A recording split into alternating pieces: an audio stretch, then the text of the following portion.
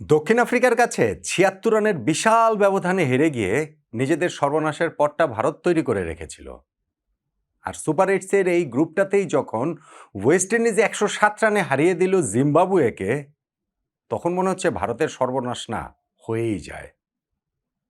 বিশ্ব ক্রিকেটে ভারতের যেই অবস্থান, তাতে করে আইসিসি ইভেন্টের শিরোপা না জেতাটাই তাদের জন্য এখন সর্বনাশ হওয়ার কথা। স্পেশালি যখন আপনি মাথায় রাখবেন যে ২০১৩ চ্যাম্পিয়ন্স ট্রফির পর দীর্ঘ ১১ বছর কোনো আইসিসি ইভেন্টে শিরোপা জিততে পারছিল না, অনেকগুলো নিয়ার মিস হচ্ছিল। ২০২৩ ওয়ানডে ওয়ার্ল্ড কাপের ফাইনালেও যখন নিজ দেশের মাটিতে ওই রকমভাবে অস্ট্রেলিয়া তাদের হতভম্ব করে দিয়েছিল, এরপরে গিয়ে ভারত নতুন একটা যুগের সূচনা করে, অন্তত শিরোপা জয়ের জায়গাটা থেকে। ২০২৪ টি-টোয়েন্টি বিশ্বকাপ জিতেছে, ২০২৫ চ্যাম্পিয়ন্স ট্রফি জিতেছে, ২০২৬ টি-টোয়েন্টি বিশ্বকাপ জয়ের জন্য তারা রেড হট ফেভারিট। অথচ সেই ভারত শিরোপা জিতবে কি? সেই ভারত ফাইনালে হারবে কি? সেই ভারতের সেমিফাইনালে ওঠাটাই তো এখন একটা বিরাট প্রশ্নবোধক চিহ্নের সামনে দাঁড়িয়ে। সুপার এইটসে ভারতের গ্রুপে ম্যাচের এখন যে অবস্থা, দুটো খেলা হয়েছে, প্রত্যেকটা দল একটা করে ম্যাচ খেলেছে, তাতে করে এই গ্রুপ থেকে ভারতের সেমিফাইনালে ওঠার পরটা কি অনেক কঠিন না? কঠিন? কতটা কঠিন? কোন সমীকরণ ভারতের সামনে এই মুহূর্তে দাঁড়িয়ে আছে তারা? একটা তাদের হিউজ অ্যাডভান্টেজ রয়েছে ভারতের, এটা বলতেই হবে। নেট রান রেটের দিক থেকে যেমন তারা একটা হিউজ ডিসঅ্যাডভান্টেজে রয়েছে, ঠিক তেমনিভাবে একটা হিউজ অ্যাডভান্টেজ আছে, যেইটা শেষ পর্যন্ত গিয়ে গুরুত্বপূর্ণ রোল প্লে করতে পারে ভারতের সেমিফাইনালে ওঠার ক্ষেত্রে। সেটা কি? ভারতের সেমিফাইনালে ওঠার ইকুয়েশনটা আসলে কি, তা নিয়ে এই আলোচনাটা করছি।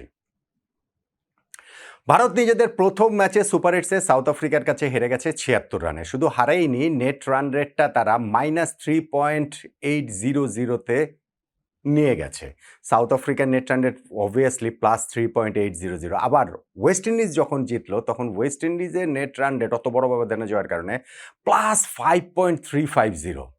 জিম্বাবুয়েটা মাইনাস এই 5.350।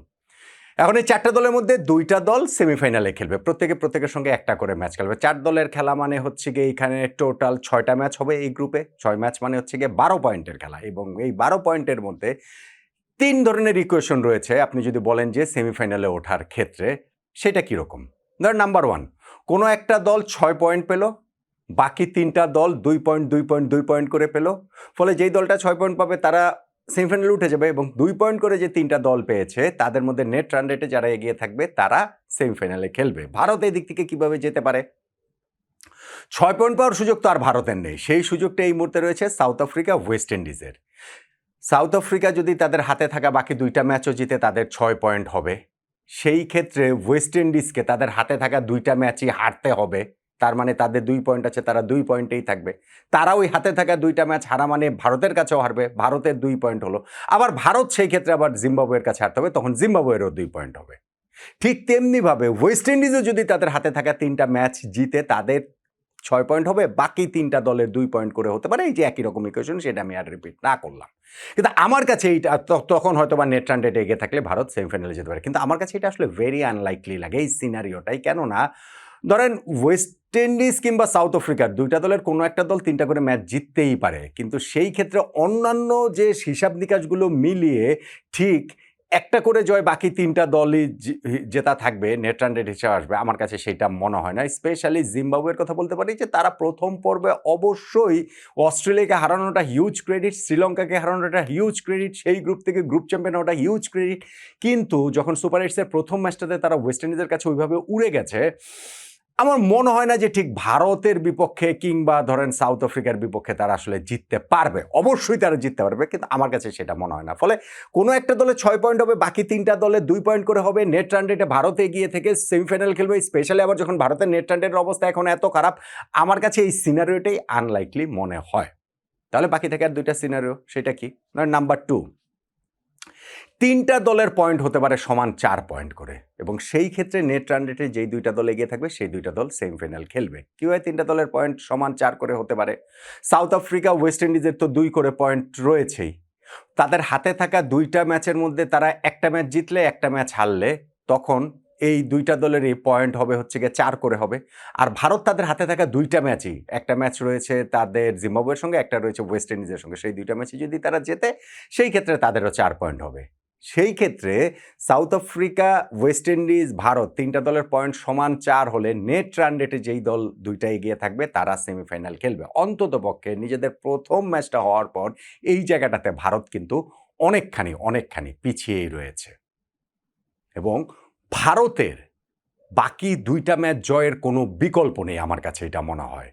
যেইভাবে যে আমি প্রথম ইকুয়েশনটা যেভাবে আমি রুল আউট করে দিলাম যে ভারত যদি বাকি দুইটা ম্যাচের মধ্যে একটা ম্যাচ জিতে তারা 2 পয়েন্ট পায় এবং সেই 2 পয়েন্ট নিয়ে তারা নেট রান রেটে এগিয়ে থেকে সেমিফাইনাল করবে, এটা আসলে হবে না। ফলে হাতে থাকা দুইটা ম্যাচ ভারতকে জিততেই হবে এবং সেই জিততেই হবেটাতে একটা হেলদি রান রেট নিয়ে তাদের আসলে জিততে হবে, যেই কারণে তাদের ওই জায়গাটাতে নেট রান রেটের ইকুয়েশনটাতে সেমিফাইনাল খেলার হিসাবটা যদি আসে তখন যেন তারা এগিয়ে থাকতে পারে। দেখেন, ভারতের এই যে ম্যাচটা রয়েছে বৃহস্পতিবার, এই গ্রুপের দুইটা ম্যাচই রয়েছে। ভারতের একটা অ্যাডভান্টেজ হচ্ছে গিয়ে, যেটা কথা আমি শুরুতে বলছিলাম, ওই দিন দুপুর 3:30টার ম্যাচটাতে মুখোমুখি হবে সাউথ আফ্রিকা ওয়েস্ট ইন্ডিজ আহমেদাবাদে, এবং সেই দিন সন্ধ্যা 7:30টার ম্যাচে ভারত খেলবে জিম্বাবুয়ের বিপক্ষে চেন্নাইতে। ফলে সাউথ আফ্রিকা ওয়েস্ট ইন্ডিজ ম্যাচের রেজাল্ট দেখে কিন্তু তারা খেলতে পারবে। তাদের হয়তো করণীয়টা আরও একটু স্পষ্ট হতে পারে যে তাদের কি করতে হবে। আমি একটা জিনিস বুঝি যে, ধরেন আমি রানের হিসাবটা যদি বলি, ভারত আগে ব্যাটিং করলে রানের হিসাবে জিম্বাবুয়ের বিপক্ষে তাদের 100 রানে অন্তত পক্ষে জিততে হবে, জেতার মতো টার্গেট করতে হবে, নেট রান রেটটা একটা মোটামুটি জায়গাতে নিয়ে আসার জন্য। যত বড় ব্যবধানে জেতা যায়, জেতাটা সম্ভব। ভাই, ক্রিকেটে তো আর বললেই হয়ে যায় না, কিন্তু আমি জাস্ট আর কি একটা বোঝানোর জন্য বললাম যে জিনিসটা হচ্ছে গিয়ে এইরকমই থাকছে। এখন ওই যে সাউথ আফ্রিকা আর ওয়েস্ট ইন্ডিজ যে মুখোমুখি হবে ওই দিনের প্রথম খেলাটাতে, সেখানে ভারত কাকে সাপোর্ট করবে? আমার ধারণা ভারতের ওই দিন সাউথ আফ্রিকাকে সাপোর্ট করার কথা। সাউথ আফ্রিকাকে সাপোর্ট করাটা উচিত। কেন? সেই ক্ষেত্রে সাউথ আফ্রিকা প্রথম ম্যাচে ভারতকে হারিয়েছে 2 পয়েন্ট। ওই ম্যাচে সাউথ আফ্রিকা যদি ওয়েস্ট ইন্ডিজকে হারায়, সাউথ আফ্রিকার 4 পয়েন্ট হবে। সাউথ আফ্রিকার লাস্ট ম্যাচটা থাকবে জিম্বাবুয়ের এগেনস্টে, ফলে সেই ম্যাচটাও সাউথ আফ্রিকার জেতার কথা। তাহলে সাউথ আফ্রিকার 6 পয়েন্ট হয়ে যাবে। যদি সাউথ আফ্রিকার 6 পয়েন্ট হয়, ভারতের সেই ক্ষেত্রে এমন হতে পারে যে তারা 4 পয়েন্ট পেলেই তারা কোয়ালিফাই করাটা নিশ্চিত করে ফেলতে পারে। নেট রান রেটের হিসাব নিকাশটা নাও লাগতে পারে। কীরকম?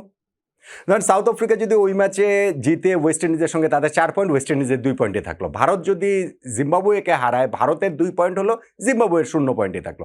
ভারত এবং ওয়েস্ট ইন্ডিজ দুইটা দলেরই সমান 2 পয়েন্ট। ফলে রোববার দিন এই গ্রুপেরই আবার যে লাস্ট দুইটা ফিক্সার, সেই দিনও বিকাল 3:30টার ম্যাচে সাউথ আফ্রিকা জিম্বাবুয়ে মুখোমুখি হবে।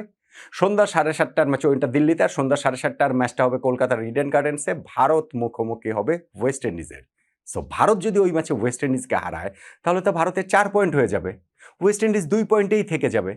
আর আরেকটা ম্যাচটাতে যদি সেই ক্ষেত্রে জিম্বাবুয়ে যদি সাউথ আফ্রিকাকে হারিয়েও দেয়, জিম্বাবুয়ের 2 পয়েন্ট হবে, সাউথ আফ্রিকার 4 পয়েন্ট থাকবে, ভারত তো সেই ক্ষেত্রে হচ্ছে গিয়ে কোয়ালিফাই করে ফেলবে। কোয়ালিফাই করাটা সম্ভব না।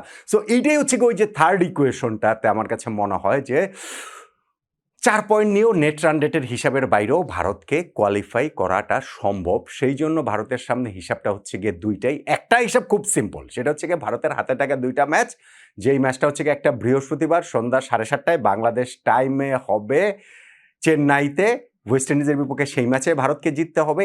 এবং রোববার দিন সেই সন্ধ্যা 7:30টায় কলকাতার ইডেন গার্ডেন্সে যেই ম্যাচটা শুরু হবে ওয়েস্ট ইন্ডিজের বিপক্ষে, সেই ম্যাচটাও ভারতকে জিততে হবে। 2 ম্যাচ ভারত জিতলে তাদের 4 পয়েন্ট হবে, এবং এই 4 পয়েন্ট নিয়ে তারা নেট রান রেটের হিসাবের মধ্যে অন্তত পক্ষে চলে আসবে। মানে 4 পয়েন্ট নিয়ে তারা নেট রান রেটের হিসাবের বাইরে চলে যাবে না কোনোভাবেই। কিন্তু সেই নেট রান রেটের হিসাবেও হতে পারে 3টা দলের পয়েন্ট সমান 4 হতে পারে, সেই ক্ষেত্রে নেট রান রেটে এগিয়ে থাকা পিছিয়ে থাকা। সেই জন্য অন্তত পক্ষে জিম্বাবুয়ের বিপক্ষে ম্যাচটাতে, তাদের প্রথম যে ম্যাচটা, সেটাতে বড় ব্যবধানে জিততে হবে, নাম্বার 1। আর নাম্বার 2, সাউথ আফ্রিকাকে ভারত সাপোর্ট করবে, চাইবে যেন সাউথ আফ্রিকা ওয়েস্ট ইন্ডিজের বিপক্ষে জিতে ওই দিনের প্রথম ম্যাচটাতে। সেই ক্ষেত্রে ভারতের শুধুমাত্র শেষ ম্যাচে ওয়েস্ট ইন্ডিজকে হারালেই চলবে, মানে গিভেন যে তারা জিম্বাবুয়ের বিপক্ষে ম্যাচটা জিতছে সেইটা ধরে নিয়ে। সো এই জায়গাটাতে অ্যাডভান্টেজের জায়গাটা কোথায় দেখেন? আমি যেটা বলছিলাম, হিউজ অ্যাডভান্টেজ। নেট রান রেটের দিক থেকে ভারত একটা হিউজ ডিসঅ্যাডভান্টেজে রয়েছে, কিন্তু অ্যাডভান্টেজটা কি জানেন? ফিক্সচার। এই যে ফিক্সচারটা করেছে সেই ফিক্সচারের অ্যাডভান্টেজটা ভারত পাচ্ছে। এই যে বৃহস্পতিবার দিন খেলা সেইখানেও তারা জিম্বাবুয়ের বিপক্ষে যখন খেলতে নামবে তখন এটা তারা জেনে নামবে যে সাউথ আফ্রিকার 4 পয়েন্ট হলো না ওয়েস্ট ইন্ডিজের 4 পয়েন্ট হলো। তারা জেনে নামবে যে ওই দুইটা দলের 2 খেলার শেষে নেট রান রেটের কী অবস্থা। তারা তখন এটা জেনে নামবে যে জিম্বাবুয়ের বিপক্ষে কত বড় ব্যবধানে জিতলে তারা নেট রান রেটে এই দুইটা দলের কাছাকাছি যেতে পারে বা তারা আসলে এগিয়ে যেতে পারে, নাম্বার 1। এবং নাম্বার 2 হচ্ছে গিয়ে লাস্ট ফিক্সচারটাও তাদের, শেষ ম্যাচটাও তাদের। সাউথ আফ্রিকার ওই যে রোববার দিন সাউথ আফ্রিকা জিম্বাবুয়ে ম্যাচের পর গ্রুপের শেষ খেলা ভারত ভার্সেস ওয়েস্ট ইন্ডিজ। ফলে ভারত সার্টেনলি জেনে নামবে যে সেই ম্যাচটাতে তাদের এক্স্যাক্টলি কি করতে হবে, কত রানের ব্যবধানে জিততে হবে অথবা কত উইকেটের ব্যবধানে জিততে হবে। মানে আমি ধরছি যে তাদের 4 পয়েন্ট লাগবেই, আমি সেই হিসাব করে বলছি। সো ওই অ্যাডভান্টেজটা তারা পাবে এবং সেই অ্যাডভান্টেজের জায়গাটাতে ওই যে বলা হয় না যে আইসিসি ভারতকে একটা সুবিধা দেয় সবসময়, এই ফিক্সারের সুবিধা দিয়েছে এবং এরকম ফিক্সারের সুবিধা ভারতের থাকে, সবসময়ই থাকে। এইটাকে অস্বীকার করার কোনো উপায় নেই, কেননা ভারত যদি সেমিফাইনালের আগে আউট হয়ে যায় সেইটা আইসিসির জন্য বিরাট বড় একটা বিপর্যয়। সেইটাও যে টেলিভিশন রাইটস যাদের কাছে বিক্রি করা হয়েছে ওই কোম্পানির সম্প্রচারকারী সংস্থা তাদের জন্য একটা বিরাট বড় বিপর্যয়ের ঘটনা। আপনি দেখেন যে ভারত 2024-এ টি-20 ওয়ার্ল্ড কাপ জিতেছে, টি-20 ফরম্যাটের কথাই যদি আমি বলি, তারপরের এইবারের যে দলটা সেটা গতবারের চেয়েও ভালো বলে মনে হচ্ছে। যদিও বিরাট কোহলি নাই, যদিও রোহিত শর্মা নেই, যদিও রবীন্দ্র জাদেজা নাই, কিন্তু সেই দলটা অল অফ এ সাডেন একটা ম্যাচ সুপার 8-এ হেরেছে। গ্রুপ পর্বেও তারা 4টা ম্যাচ জিতেছে, খুব কনভিন্সিং না কিন্তু লিংলি তারা জেতে নেই, কিন্তু জিতেছে। তো সেই দলটা সুপার 8-এ সাউথ আফ্রিকার সঙ্গে একটা ম্যাচ হারার সঙ্গে সঙ্গে এইরকমভাবে নানান ইকুয়েশনের মধ্যে তাদের পড়ে যেতে হচ্ছে এবং সেই ইকুয়েশন পেরিয়ে তাদের সেমিফাইনালে খেলার আমি দেখি হিসাব হচ্ছে গিয়ে প্লেন অ্যান্ড সিম্পল, বাকি 2টা ম্যাচই ভারতকে জিততেই হবে জিম্বাবুয়ে এবং ওয়েস্ট ইন্ডিজের বিপক্ষে, বড় ব্যবধানে জিততে হবে যেন নেট রান রেটের হিসাবে হলেও তারা সেমিফাইনাল যেতে পারে। আর যদি নেট রান রেটের হিসাবটা না রাখতে হয় তাহলে ওই বৃহস্পতিবার দিন প্রথম খেলাটাতে সাউথ আফ্রিকা যেন জিতে যায় ওয়েস্ট ইন্ডিজের বিপক্ষে, তাহলেই ভারত বাকি 2টা ম্যাচ জিতলে স্ট্রেট তারা সেমিফাইনালে চলে যাবে বলেই আমার সমীকরণটা বলছে। এইগুলো পেরিয়ে জিততে হবে ভারতকে, তো জিততে তো হবে বটেই। এই এত সব সমীকরণ পেরিয়ে ভারত সেমিফাইনালে যেতে পারবে বলে আপনার কি মনে হয়? আমার কিন্তু মনে হয় এই সমীকরণ মিলিয়ে ভারত সেমিফাইনালে যেতে পারবে। আপনার কি মতামতটা জানাতে পারেন।